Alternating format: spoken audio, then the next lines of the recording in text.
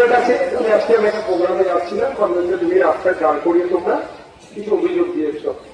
অভিযোগগুলোর মধ্যে কি কি সবটা আমি নজরে না আনতে পারলো। 2 মাস ধরে তোমরা মিড ডে মিল পাচ্ছ না, 3 মাস 2-3 মাস ধরে পাচ্ছ না। তোমাদের যে পরিমাণ খাতা দেওয়ার দরকার, 4টে করে খাতা দেওয়ার দরকার, সে জায়গায় 3টে খাতা দিয়েছে।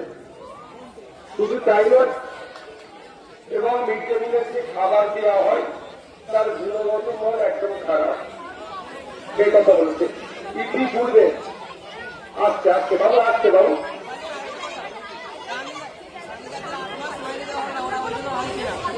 অনেক কটা বিষয় তোমরা জানিয়েছ আমাকে। ঠিক আছে, এক কথায় এখানে দুর্নীতি হচ্ছে তোমাদের মেন বক্তব্য, তাই তো? এই দুর্নীতিটা বন্ধ করতে হবে, তার জন্য তোমরা আমার কাছে অভিযোগ জানাচ্ছ। ঠিক আছে, আমার কাজ হবে বিষয়বস্তুটাকে আর একটু ভালো করে জানা।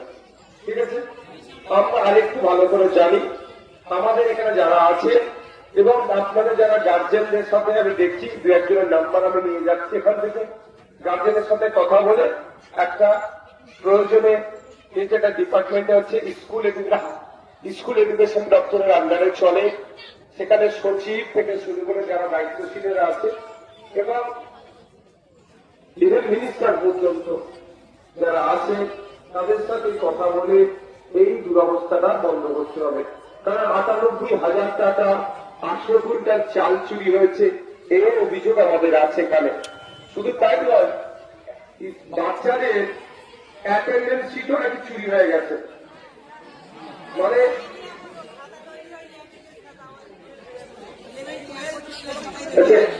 তাদেরকে এত সমস্যা।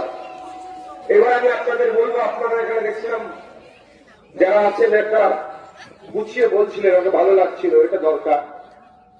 আপনারা ক্লাস ওয়াইজ আপনাদের যে যে সমস্যাগুলো আছে, যেমন আপনি বলেন ক্লাস 12-এ 1 বছর হতে যাচ্ছে, এখনো পর্যন্ত প্রেসিডেন্টের খাতা তৈরি হচ্ছে অ্যাটেন্ডেন্স শিট।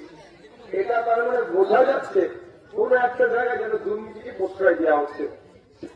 কারণ এই খাতা থেকে শুরু করে তাদের নামে যে বরাদ্দগুলো হয় সেগুলো হয়তো লুকে নেওয়া হচ্ছে। না, সায়েন্সের ল্যাব নাই, এটা টিচাররা চেষ্টা করবে নিয়ে আসার। এটার সাথে দুর্নীতিকে যুক্ত করলে হবে না, দুর্নীতিকে যুক্ত করলে হবে না। যদি দেখা যায় সায়েন্সের ল্যাব অ্যালটমেন্ট হয়েছিল, বরাদ্দ হয়েছিল, সে টাকাটা খেয়ে নিয়েছে, সেটা দুর্নীতি।